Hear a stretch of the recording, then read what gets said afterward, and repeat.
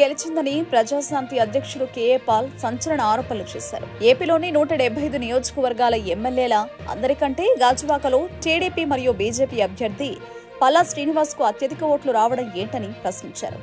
5 లక్షల ఓట్ల మెజారిటీ ఏంటి? భరత్ కు కనీసం భరత్ సర్పంచ్ గా కూడా గెలవలేదు.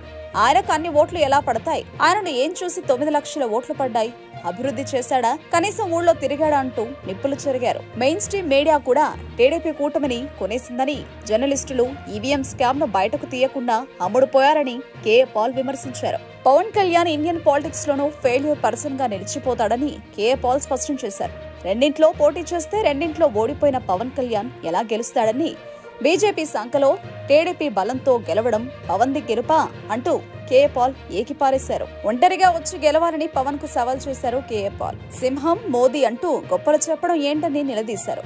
ఒంటరిగా పోటీ చేసే దమ్ము ధైర్యం పవన్ కు లేదని ఎద్దేవా చేశారు.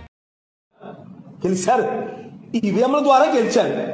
లేకపోతే గాజువాకలో 175 ఎమ్మెల్యేల కంటే మెజారిటీ ఏంటి పల్లా శ్రీనివాస్ టీడీపీ బీజేపీకి? 5 లక్షల ఓట్ల మెజారిటీ ఏంటి పేరు ఊర్లేని భారత్కి?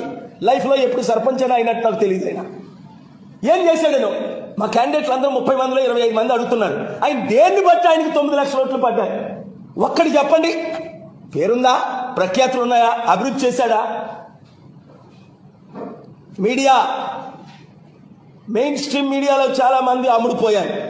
Pavan Kalyan is the most failure person in Indian politics. He contested 2 places 2019, miserably failed. 175 seats. He did not win 1 seat. One independent won 1 seat.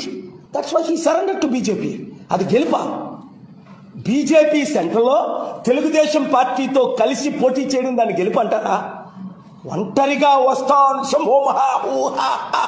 Modi అని తిట్టి గెలుపంటే ఏంటి అర్థం? నువ్వు ఒంటరిగా పోరాడి చేసి నిలబడి గెలుచుంటే చరిత్రలో ఒక రికార్డు సృష్టిందో ఆయన గెలుచును. ఆయన ఓడిపోవడానికి కారణం ఆ కుటుంబ పాలసీసే. నన్ను ఎంత తిట్టినా